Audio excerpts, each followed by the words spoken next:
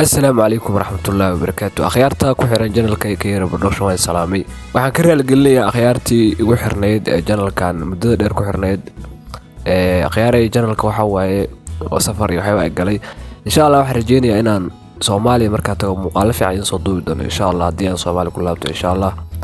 marka akhyaartii waxaan ka raali gelinayaa muddadii aan channelkan maqnaa